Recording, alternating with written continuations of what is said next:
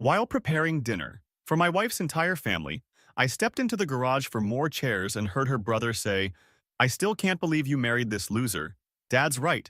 You need to divorce him before you have kids and get stuck forever." She replied, "Already working on it. My lawyer says we can take half his business too."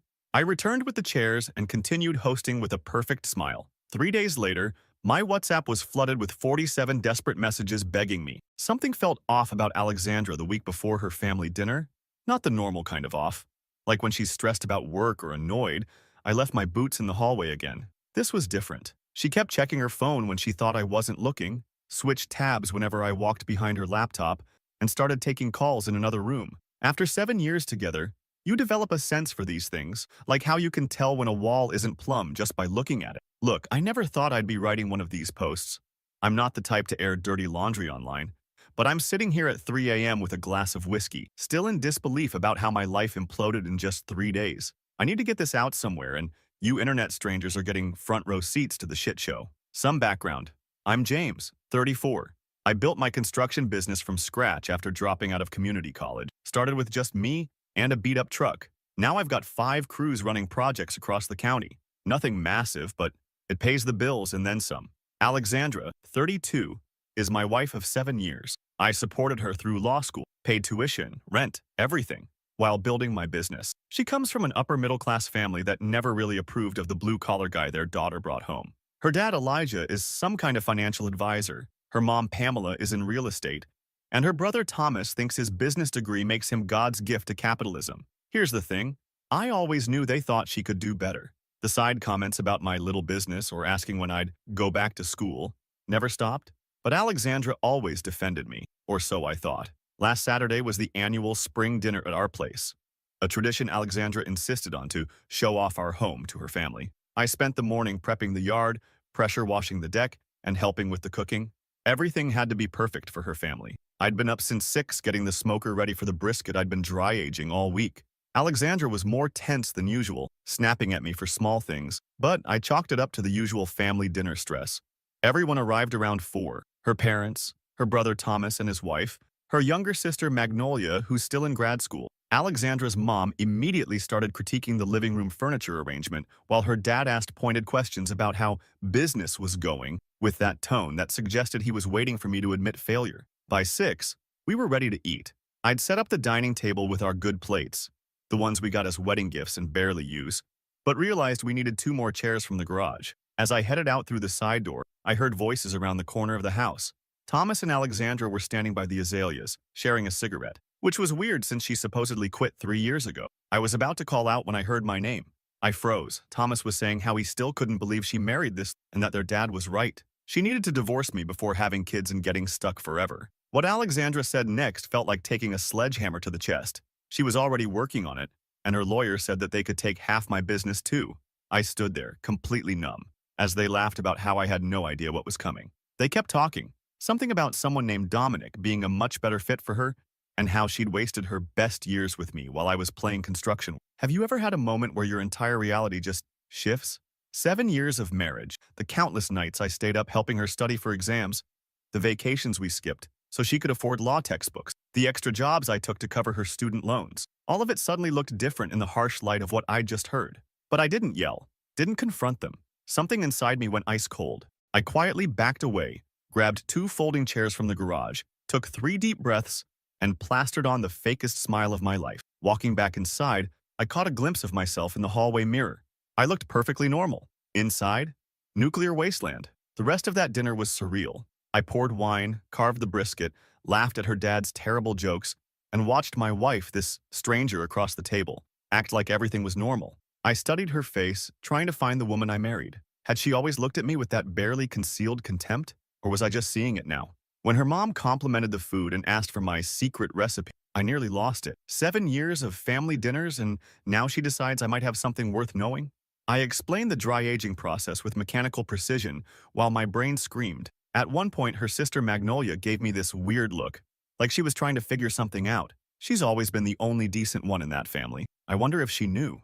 After dessert, Thomas raised a toast to family and future changes, looking directly at Alexandra with this smug little smirk. I clinked glasses and drank, thinking about how satisfying it would be to break that crystal stemware across his face. When they finally left around 11, Alexandra started cleaning up, humming to herself. Humming, like she hadn't just destroyed our entire life. I told her I'd finish the dishes and she should get some rest. She kissed my cheek and said I was such a good husband. The audacity nearly made me vomit. After she went to bed, I checked her laptop, password protected, new for her. But I knew she used the same pattern for most accounts. Third try I was in. The emails to her lawyer started 3 months ago. The plan was to file after she secured a partnership at her firm, using my income to help her status, then divorcing me once she locked it in. There were spreadsheets documenting my business assets, our accounts, even a fucking timeline for the divorce. And there it was, a transfer record showing she'd been moving small amounts to a separate account for months, just under amounts that would trigger notifications. Smart. Lawyer smart. I checked our joint savings, 20,000 missing, the money I'd been putting aside for the business expansion, our future. Then I found the text with someone saved as D. Apparently Dominic wasn't just a better fit. He was already test driving my replacement. The text went back 6 months. 6 fucking months. I didn't sleep that night, or the next. I called in sick to work on Monday, first time in 3 years, and met with a divorce attorney while Alexandra was at the office. Guy named Mike, who a buddy recommended. Told him everything, showed him the screenshots I'd taken. Mike laid it out straight.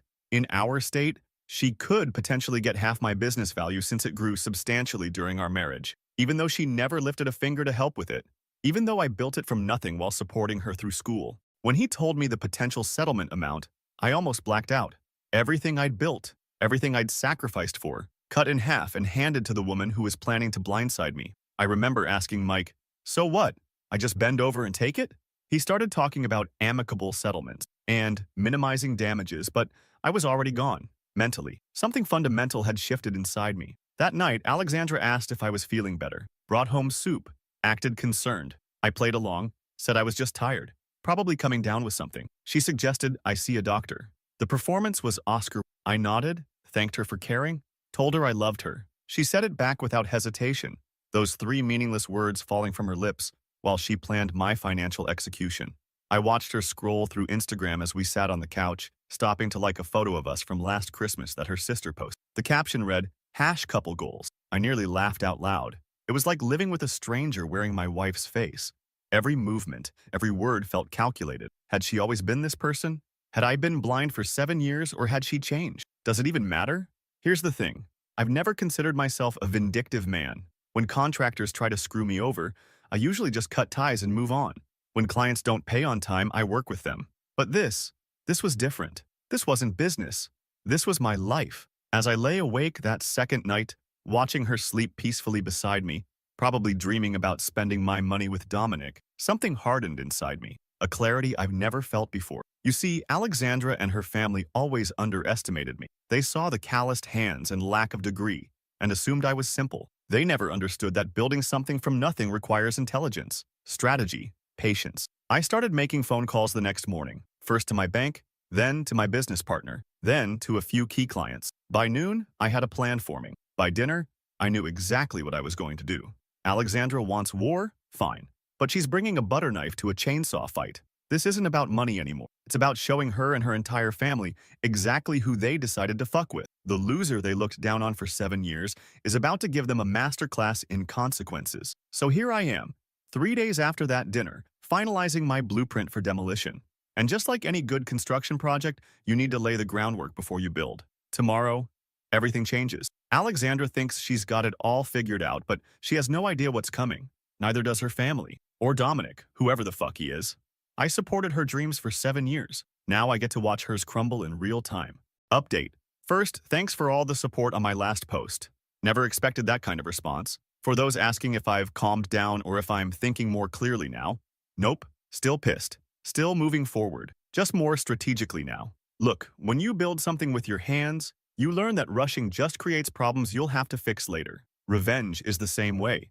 It needs a proper foundation. The morning after I posted, Alexandra left for work like any normal day, kissed me goodbye, reminded me to call the plumber about that leaky faucet in the guest bathroom, asked if I could pick up her dry cleaning. The absolute normality of it was surreal, like watching someone sleepwalk through a minefield they planted themselves. As soon as her car pulled out of the driveway, I got to work. First order of business was securing my actual business. Called my accountant for an emergency meeting at the coffee shop down the street from my office. No way I was doing this over the phone or at my workplace, where employees might overhear. Here's the thing. When you're building a business while supporting someone through school, you make compromises. Sometimes you don't document everything perfectly. Sometimes you cut corners on paperwork because you're exhausted from working 14-hour days. Alexandra knew this, had even helped with some of our early tax filings when we couldn't afford a proper accountant. The coffee shop meeting was eye-opening. My accountant, let's call him Frank, looked like he hadn't slept in days. Turns out Alexandra had already contacted him asking innocent questions about business valuation methods and ownership documentation. Claimed she was helping me prepare for a potential investor meeting. Frank, not knowing what was happening, had given her some surface-level info but felt uncomfortable enough to flag it. When I told him what was really going on, the color drained from his face. "James, I need to show you something," he said, pulling out his tablet. He opened a series of documents showing my business transactions from the past 3 years. These highlighted ones, they don't quite add up. Turns out Alexandra had been doing more than just planning a divorce. She'd been creating a paper trail to make it look like I was mishandling business funds. Small discrepancies in dates, amounts moved between accounts at odd times, invoices with inconsistent numbering. Nothing illegal. She was too smart for that.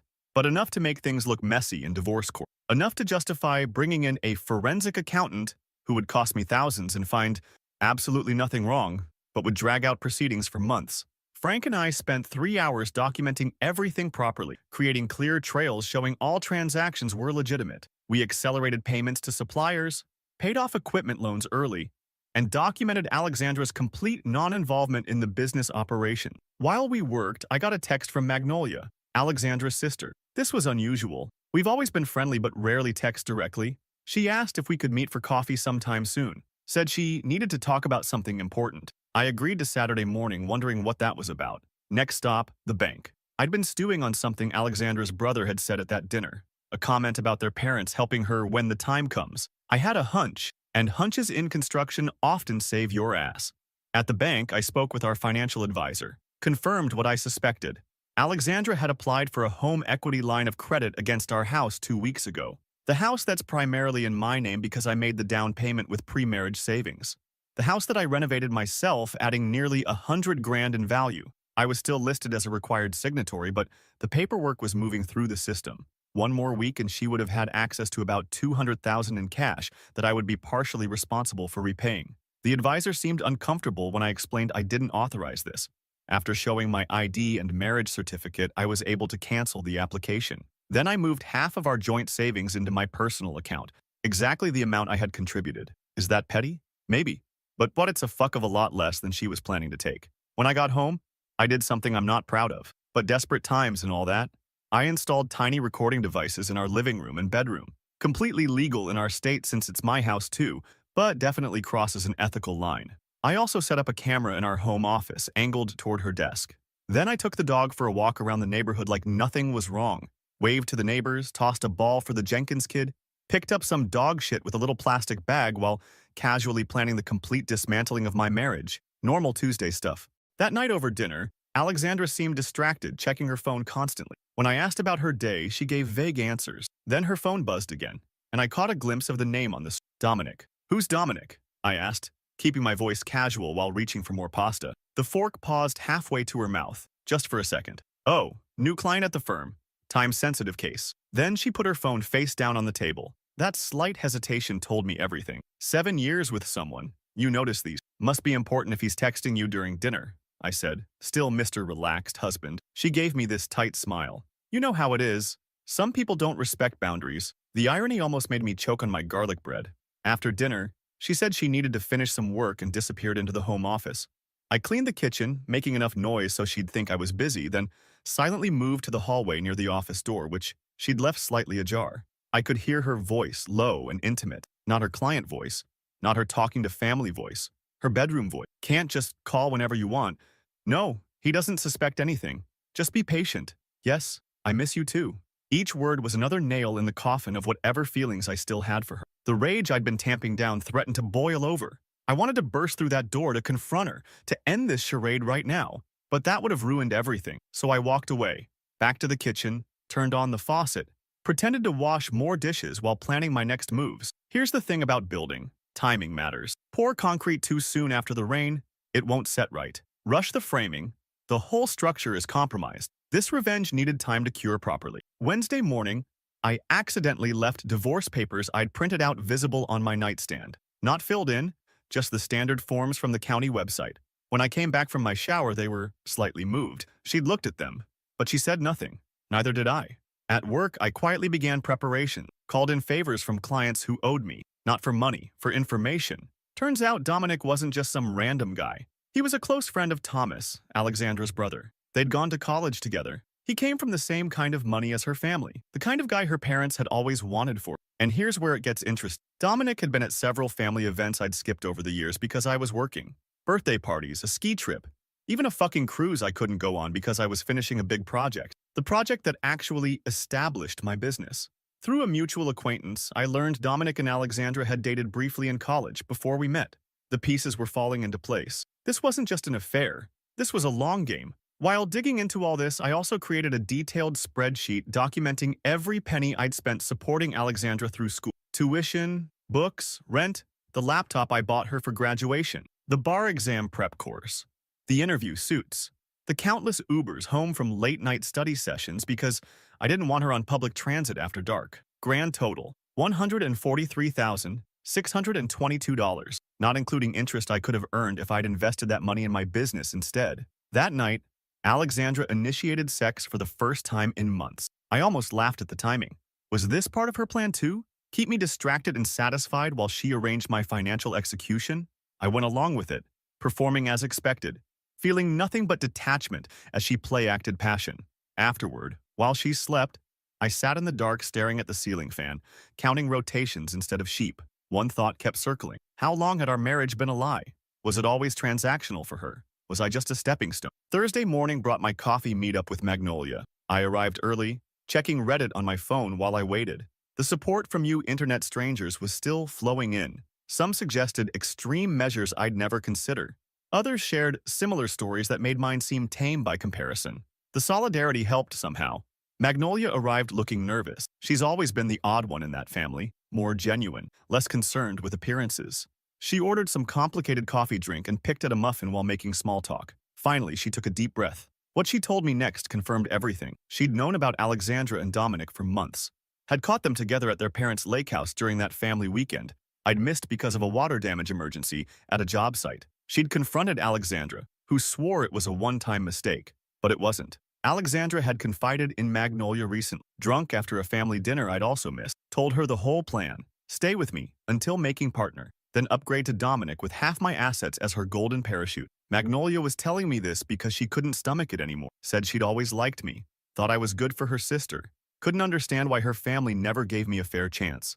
I thanked her for her honesty, careful not to reveal I already knew most of this, asked her to keep our conversation between us. She agreed, seeming relieved to unburden herself. As she left, she hugged me and whispered that she was sorry. It was the first genuine human connection I'd felt in days. Thursday night, I set the next phase in motion, created a fake business emergency called Alexandra, saying I needed all hands on deck for a crisis meeting the next night.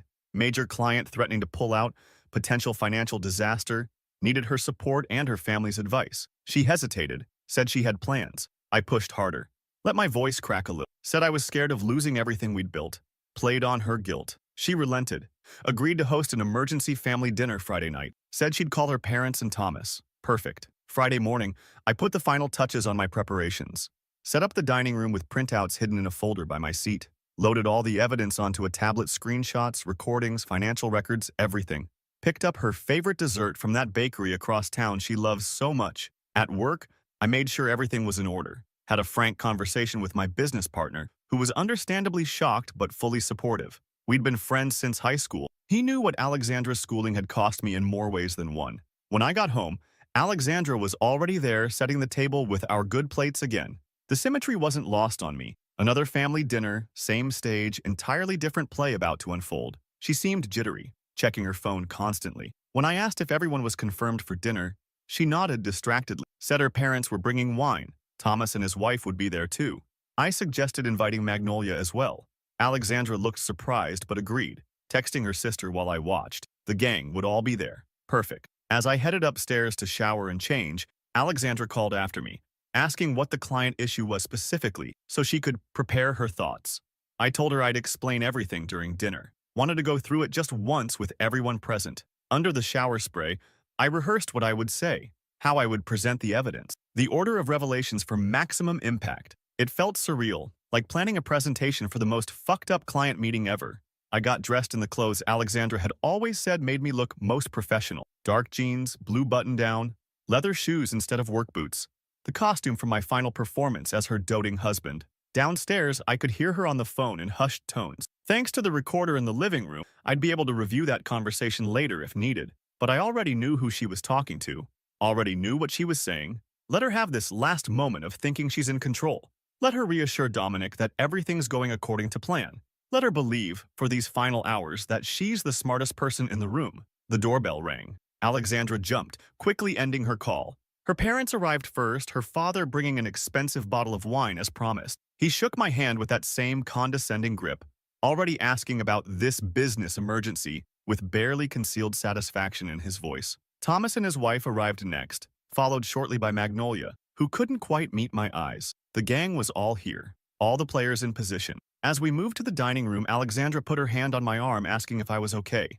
The concern in her voice sounded so genuine that for a split second I almost doubted everything. Almost wondered if I'd constructed an elaborate conspiracy theory out of coincidences and misunderstandings. Then her phone buzzed in her pocket. I saw Dominic's name flash on the screen before she quickly silenced it, and any last shred of doubt evaporated. I took my seat at the head of the table, the folder of evidence beside my plate. Alexandra sat to my right, her father to my left. The symmetry was perfect, just like the dinner where I'd discovered her betrayal, but now I was the one with secrets. As Alexandra's mother asked about the wine option, I caught Magnolia watching me with a strange expression, part curiosity, part dread. She knew something was coming, just not what. I stood up, wine glass in hand, and everyone fell silent, expecting me to explain the business emergency. I smiled at each of them in turn, saving Alexandra for last. Before we get to the reason I called this meeting, I said, raising my glass, I'd like to propose a toast to family, to loyalty, and to finally seeing things clearly. The confusion on their faces was just the beginning. They had no idea what was coming next, and neither did Alexandra. Final update. I've been staring at my phone for the last hour, watching the message counter climb. 47 texts from Alexandra in just under 3 days, each one more desperate than the last. Look, I promised to tell you what happened at that dinner, and it was wild. I just raised my glass in that toast to family, loyalty, and finally seeing things clearly. The confusion on everyone's faces was priceless. I sat down calmly and took a sip of Elijah's expensive wine. So about this business emergency I mentioned, Alexandra squeezed my hand encouragingly. The absolute performance of it. I almost had to admire her commitment. Well, I continued, pulling out my tablet, I've discovered some serious problems that threaten everything I've built. Problems developing right under my nose. Elijah leaned forward with barely contained smugness. Financial issues? Cash flow problems? I've always said your business model seemed precarious. Actually, I said, connecting my tablet to our TV, the problem isn't with my business, it's with my marriage. The room went silent. Alexandra's hand froze on mine. James, she whispered, what are you doing? Here's the thing. When you're demolishing a structure, you don't start with the roof. You undermine the foundation first. So I played the recording of Alexandra and Thomas from the previous dinner, their voices filling the room, Thomas saying she needed to divorce me before having kids and getting stuck forever. Alexandra replying she was already working on it, and her lawyer said they could take half my business too. I watched each face around the table. Thomas went pale. Alexandra's mother covered her mouth. Elijah's jaw clenched. Magnolia closed her eyes like she was watching a car crash she'd known was coming. And Alexandra just sat there, paralyzed, as her carefully constructed plan imploded. Next, I showed screenshots of her texts with Dominic, carefully edited but still damning. 6 months, I said quietly. 6 months you've been seeing him while I've been working 60-hour weeks. I turned to her parents. Did you know she was cheating? Or just that she was planning to divorce me? Elijah tried to interrupt, but I wasn't done. I swiped to my spreadsheet. Every penny I'd spent putting Alexandra through school. $143,622. This is what I invested in our future, I said, while building my business from nothing. Next screen. Documentation of her secret bank account and the canceled home equity application. And this is how she planned to thank me. The silence was deafening. Then 3 things happened almost simultaneously. Elijah stood up, knocking his chair backward. This is ridiculous. Alexandra, we're leaving. Alexandra grabbed my arm. James, please, I can explain. And Thomas, the coward, tried deleting messages under the table. I pointed at him. Those messages you're deleting? I already have them. All the times you helped her plan this. Thomas froze, then looked at his wife, who stared at him with dawning horror. Alexandra switched tactics. It wasn't like that, she said, tears forming. I was confused, unhappy. We've been growing apart for years. Growing apart? I echoed. While I was paying for your education, while I was building a future for us? I hadn't planned to lose my cool, but something snapped. 7 years, I said, lowering my voice. 7 years I believed in us. And all this time I was just a stepping stone. Her father stepped in. Whatever problems you two have are between you. But if you think you can intimidate my daughter with this ambush, you're mistaken. We have resources you can't imagine. I laughed. Resources? You mean like the 20,000 she stole from our joint account? Or the HELOC she tried to take out against my house? As Elijah ranted about all they'd done for us, I noticed Alexandra texting under the table. That's when I dropped the final bomb. Did Alexandra tell you Dominic is married too? I said casually. The room went still. Even Elijah stopped mid-sentence. Yeah, found that out yesterday. His wife's name is Rachel. Very understanding when I showed her the text between her husband and my wife. Alexandra's face drained of color. You… what? We had coffee yesterday. Seemed only fair she should know. That's when Elijah lost it, grabbed the edge of my dining table, the one I'd built by hand, and flipped it. Food, wine, plates, everything went flying. Alexandra screamed. Her mother gasped. Thomas jumped back. I just sat there, oddly calm, watching 7 years of pretending crash around us. Magnolia was the only one who moved to help clean up. Our eyes met across the mess and she gave me a small nod of respect, understanding. I couldn't tell. Elijah pointed at me, fingers shaking. You think you've won? You're nothing. You build things with your hands because you weren't smart enough for college. My daughter made a mistake slumming with you, but we'll fix it. I stood up slowly. I may work with my hands, Elijah, but at least I built something real. What have you built besides a family of liars? He lunged at me, actually tried to throw a punch. Thomas barely caught him, holding him back while he spewed threats about lawyers. Alexandra kept saying, James, please, let's talk privately. This isn't how I wanted, how you wanted to divorce me, to take half of everything I built while fucking someone else. I shook my head. There's nothing to talk about. I opened the front door. I think you should all leave now. Thomas dragged his father out. Magnolia was the last to leave, pausing at the door. I'm sorry, she said quietly. I always thought you deserved better. Then it was just Alexandra and me in our destroyed dining room. Where are you going to go? She asked, her voice small. I already have a hotel room, I said. I'll be back for my things tomorrow when you're at work. You planned all this, she whispered. I learned from the best, I replied, grabbing my pre-packed overnight bag. As I walked out, she called after me. You'll regret this. My father wasn't bluffing about the lawyers. I didn't respond. Some foundations are too damaged to rebuild on. That night at the hotel, I slept better than I had in months. The next day, I went back while Alexandra was at work, packed what mattered, clothes, tools, family photos, my dog's stuff, and left my key on the counter. I'd already rented a small apartment near my workshop. Not hiding, just creating space. Called my employees and explained I'd be working remotely, dealing with personal matters. For 2 days, I stayed off social media, ignored emails, focused on setting up my new place. The dog adjusted quickly. Animals know when something's wrong in a house. On the third morning, I finally turned my phone back on. It immediately started buzzing. 47 WhatsApp messages from Alexandra, ranging from furious to pleading. The first ones were all caps rage. How dare you embarrass me like that and you've ruined everything. Then they shifted. James, please call me. We need to talk and I know I made a mistake, but we can work through this. By message 30, she was bargaining. I'll go to therapy. I'll cut off my family. Just please talk to me. Message 45 was simple. I'm sorry. The final 2 came at 3:14 a.m. I told Dominic everything. About the money, about the divorce plans. He says we should still be together. And then, he just called to break things off. Said he's trying to save his marriage with Rachel. I have nobody now. I read through them without responding, feeling nothing but tired. Not satisfaction, not vindication, just emptiness. Like finishing a tough job and realizing the client will never appreciate the work. As I scrolled, another message popped up. James, I know you've read these. Please just tell me what you want. Money? The house? I'll sign whatever you want. After everything, she still didn't get it. This was never about money. It was about betrayal. Years wasted. Future stolen. I finally responded, I've already sent the divorce papers to your office. All I want is for this to be over quickly. Her reply came instantly. Can we meet, please? Just to talk?